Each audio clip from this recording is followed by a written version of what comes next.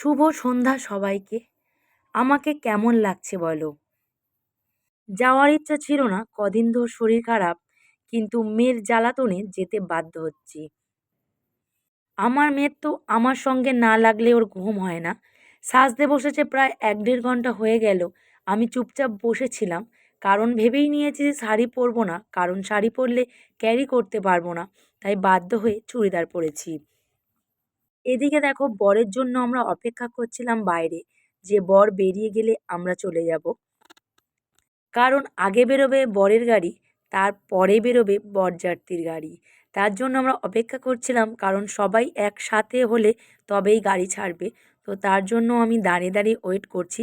আর এরা দেখো কত ঢং করছে, যেন মনে হয় কোথায় যাচ্ছে, যাচ্ছে তো বিয়েবাড়ি। আসলে আমি শাড়ি পরিনি তো, তাই আমার পিছনে একটু লেগে গেল। ও আবার শাড়ি পরেছি তো দেখো কত ঢং করছে, দেখলে যেন মনে হয় গা জ্বলে। তোমাদের সাথে কথা বলতে বলতে চলে এসেছি বাড়ি থেকে একটুখানি বেরোলেই মেন রোড। এই মেন রোড থেকেই গাড়ি ছাড়বে। আর সবাইয়ের জন্য ওয়েট করা হচ্ছিল, কিছু লোক এসছে আর কিছু লোক আসেনি। তো সবাই আসতে একসাথে গাড়ি ছেড়ে দিয়েছে।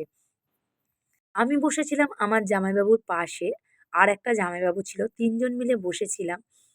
পিছন সাইডটাতে বসতে এত ঠান্ডা লাগছে তোমাদেরকে কি বলবো।